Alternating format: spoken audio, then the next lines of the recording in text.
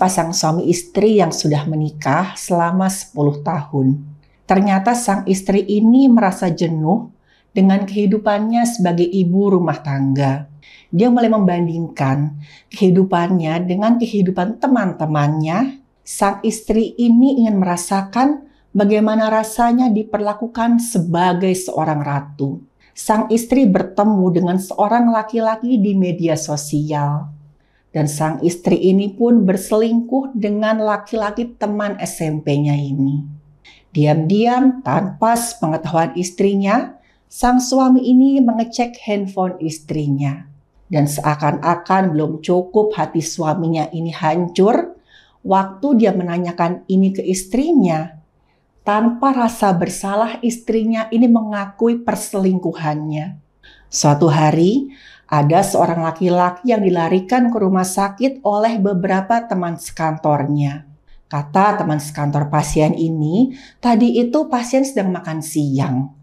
Tiba-tiba aja pasien ini muntah-muntah dan di muntahannya itu ada paku dan juga ada darah.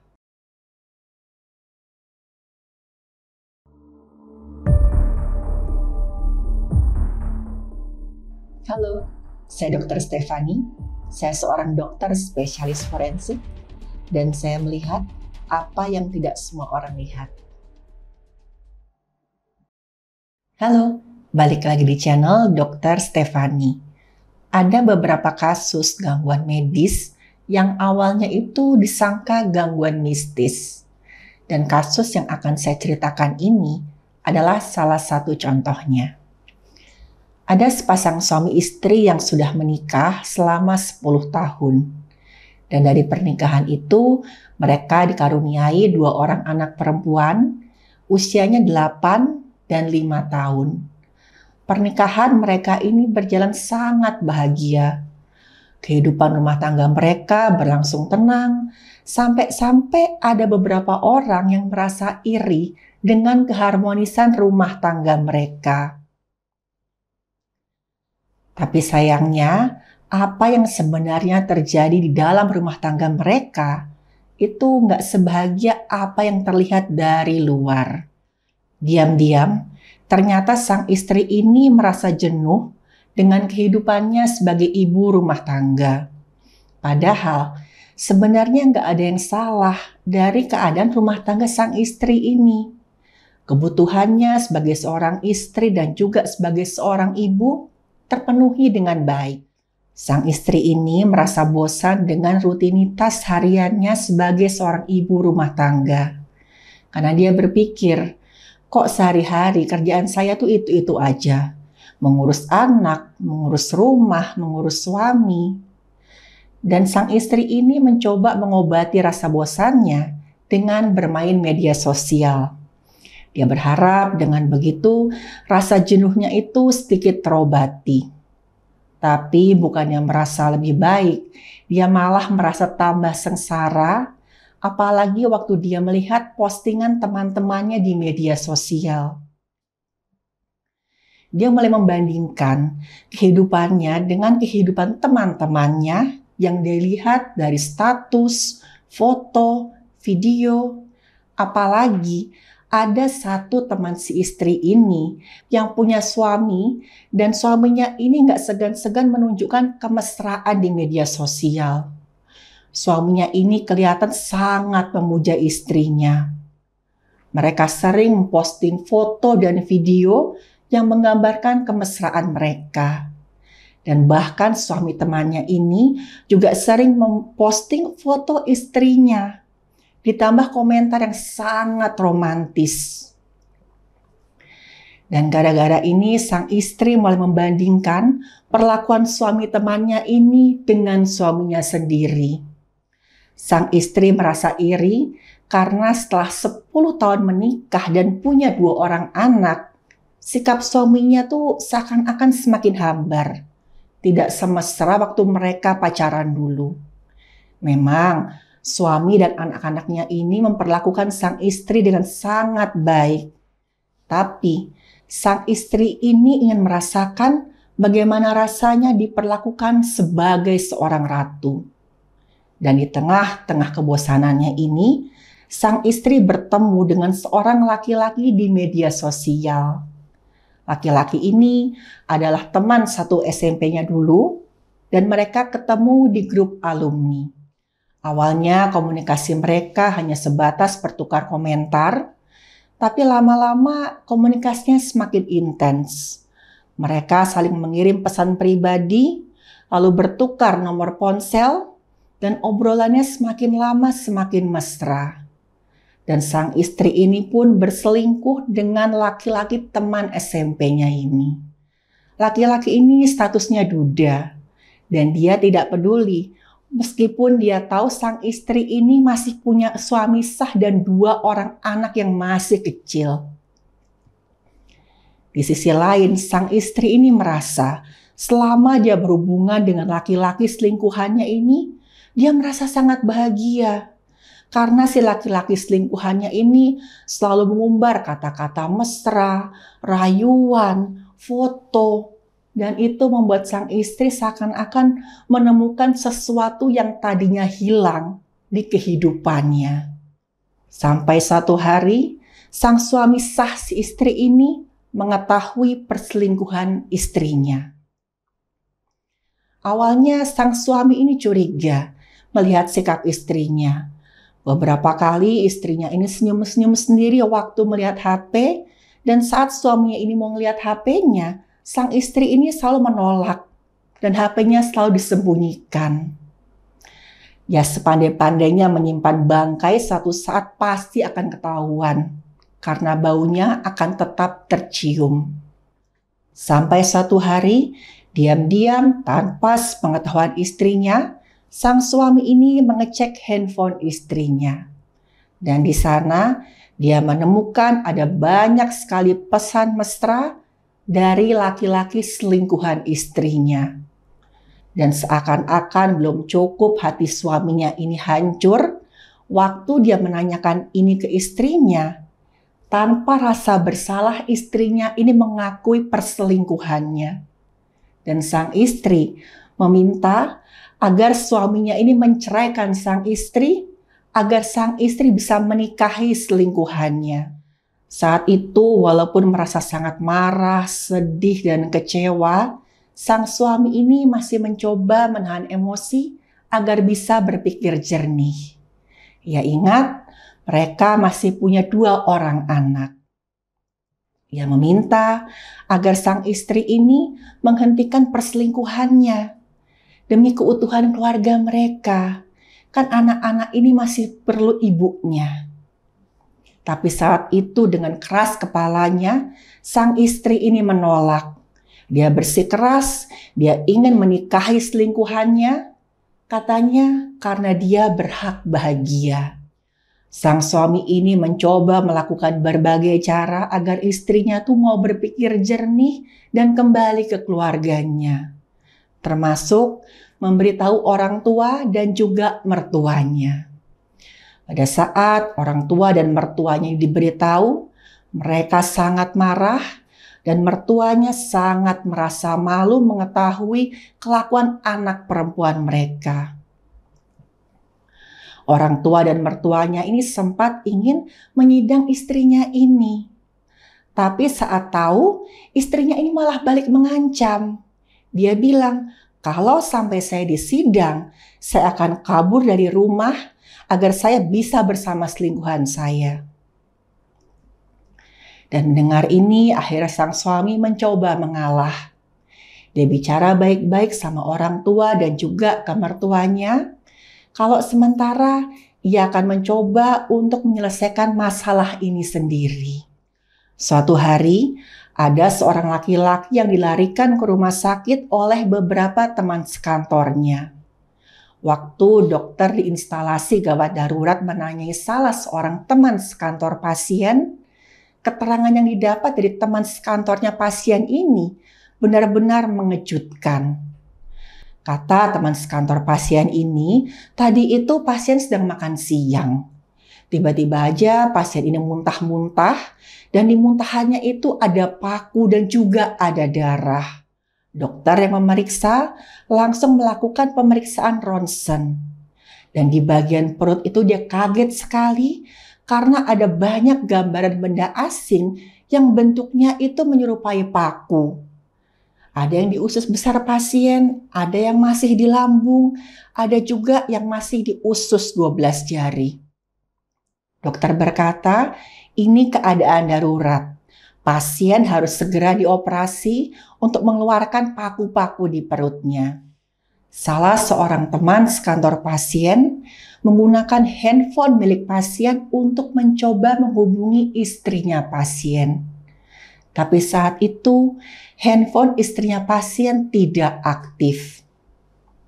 Teman sekantor pasien kemudian berinisiatif menelpon ibu pasien untuk menjelaskan bagaimana keadaan pasien saat itu. Mendengar keadaan pasien, ayah dan ibu pasien buru-buru datang ke rumah sakit. Tapi sesampai di rumah sakit, mereka tidak sempat bertemu dengan pasien karena saat itu pasien sudah berada di ruang operasi untuk dilakukan tindakan pengeluaran paku dari perutnya. Kata dokter, ini berpacu dengan waktu. Semakin lama ditunda, maka nyawa pasien akan semakin terancam. Di ruang tunggu keluarga pasien, hanya ada beberapa teman sekantornya pasien. Salah seorang dari mereka menceritakan apa yang terjadi ke ayah dan ibu pasien. Dan ibu pasien benar-benar marah mendengarnya. Lebih-lebih waktu dia bertanya di mana istri anaknya. Teman-temannya pasien ini bilang istrinya tidak bisa dihubungin. Handphonenya tidak aktif. Saat itu, ayah pasien meminta agar ibu pasien ini menunggu di rumah sakit. Dan ayahnya ini yang akan mencari istri anaknya. Untungnya saat itu operasi berjalan dengan lancar. Dokter berhasil mengeluarkan 13 buah paku yang panjangnya itu 3 cm dari dalam perut pasien. Bahkan pada saat operasi, dokter bedah yang menangani pasien menemukan ada beberapa paku itu yang sudah menembus usus besar. Dan ini keadaan yang sangat membahayakan karena kalau tidak segera paku ini dicabut dan bolongan di usus besar pasien ini dijahit, isi perut ini bisa keluar ke rongga perut.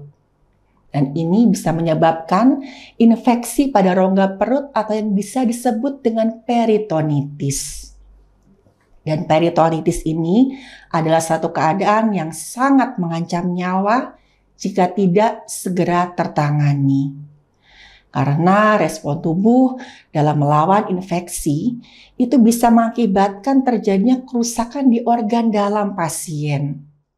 Tapi untungnya pada pasien ini penanganan yang dilakukan tepat waktu dan pasien pun bisa selamat. Meskipun demikian, pasien ini harus tetap dirawat di ICU. Waktu dokter yang menangani pasien ini menjelaskan keadaan pasien kepada ibu pasien, ibunya sangat marah. Ibu pasien bilang, dia yakin bahwa anaknya ini diguna-guna oleh selingkuhan istrinya. Kepada dokter, sang ibu ini cerita kalau istri anaknya ini punya selingkuhan dan istrinya ini ingin menikahi selingkuhannya. Anaknya ini tidak mau bercerai karena mereka masih punya anak yang perlu ibunya.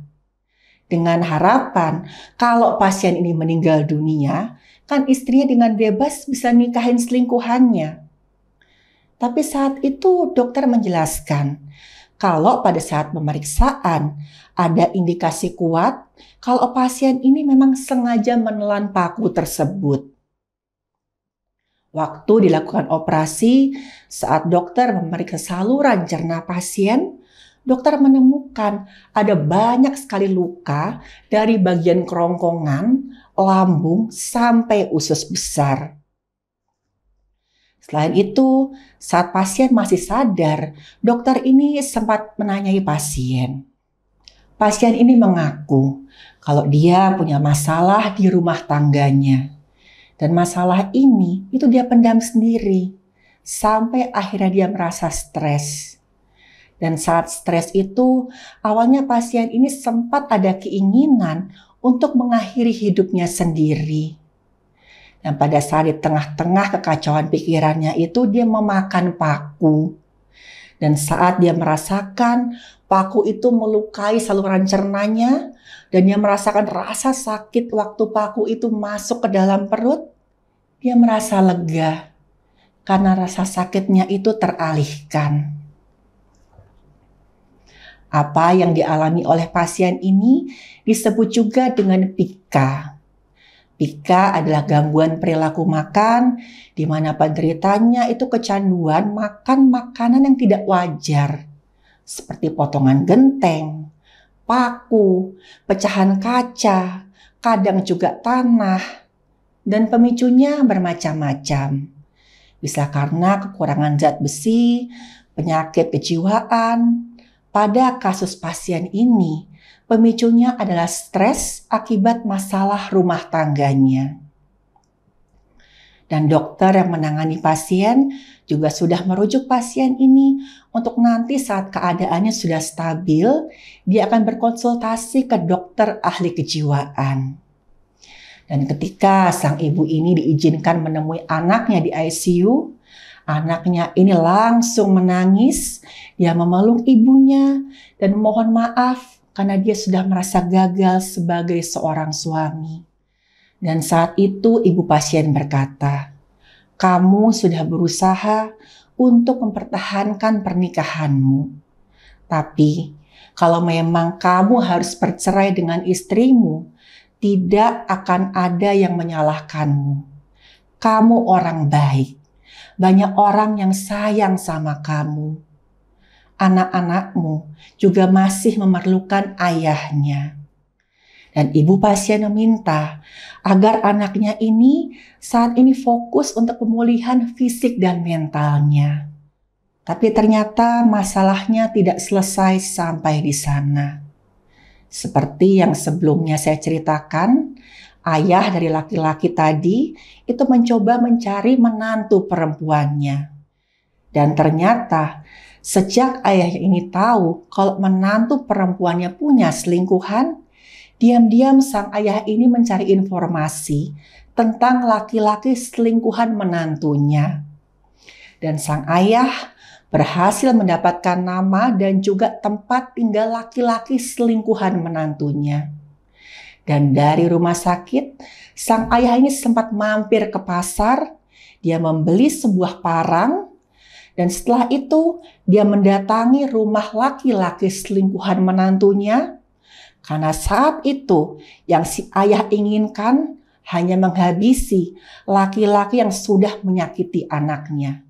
Sesampainya di sana, sang ayah bertambah marah melihat si laki-laki ini sedang berduaan dengan istri anaknya. Sang ayah ini memaksa sang laki-laki untuk mengaku kalau dialah yang sudah menyantet anaknya. Pada saat itu, sang laki-laki ini nggak bisa menjawab. Dia kelihatan ketakutan, dia meminta ampun, dan ini membuat sang ayah bertambah emosi sampai akhirnya dia gelap mata. Dengan penuh kemarahan, sang ayah menghantamkan parang yang ia genggam berkali-kali ke tubuh laki-laki itu. Istri anaknya, dia berlari keluar rumah sambil berteriak-teriak minta tolong. Dan warga sekitar pun berdatangan.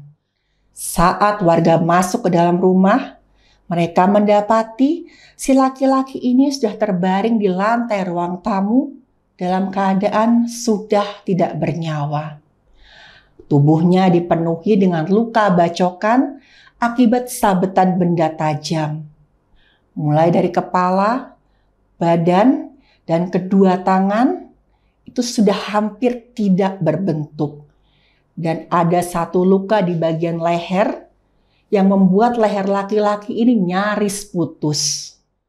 Dan saat itu, sang ayah yang masih menggenggam parang di tangannya berkata, "Saya yang sudah membunuh laki-laki ini. Silakan kalian panggil pihak yang berwenang. Saya tidak akan melawan. Saya membunuh laki-laki ini untuk membela kehormatan anak laki-laki saya. Warga pun memanggil pihak yang berwenang. Saat pihak yang berwenang datang, mereka membawa sang ayah untuk mempertanggungjawabkan perbuatannya di depan hukum. Dan sang ayah didakwa dengan tuduhan pembunuhan berencana dengan ancaman hukuman seumur hidup sampai hukuman mati. Sang suami yang diselingkuhi tadi akhirnya menceraikan istrinya. Dan sang suami mendapatkan hak asuh penuh atas kedua anak mereka. Ibu sang suami membantu anaknya mengasuh cucu-cucunya. Karena saat itu, sang suami juga harus menjalani terapi kejiwaan. Sementara sang istri, dia tidak lagi diterima oleh keluarganya karena dianggap sudah mencoreng nama baik keluarga. Dan pada akhirnya, sang istri memilih untuk pergi merantau seorang diri karena dia tidak kuat menanggung malu. Ada penyakit yang awalnya dikira gangguan mistis, tapi ternyata bisa dijelaskan secara medis. Dan pada kasus tadi, sayangnya ayah dari sang suami yang diselingkuhi tadi keburu gelap mata dan memilih main hakim sendiri. Dan pada saat hal yang sebenarnya terungkap, semua sudah terlambat. Ada nyawa yang sudah keburu melayang dengan sia-sia.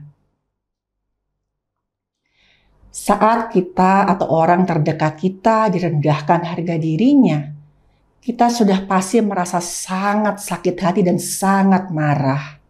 Itu wajar. Tapi main hakim sendiri tidak akan menyelesaikan masalah. Malah main hakim sendiri hanya akan menimbulkan masalah yang baru. Sudah banyak contoh hidup yang hancur karena perselingkuhan. Dan perselingkuhan ini selalu berawal dari iseng-iseng. Dari beberapa video saya yang sebelumnya, ya mungkin teman-teman juga sudah menonton ya. Saya ingin menekankan sekali lagi, kalau yang namanya komitmen dalam pernikahan itu tidak untuk dipermainkan. Saat ini, keutuhan keluarga adalah harta yang tidak bisa dinilai harganya. Jagalah selalu keutuhan keluarga kita. Sekian episode kali ini, sampai ketemu di episode berikutnya.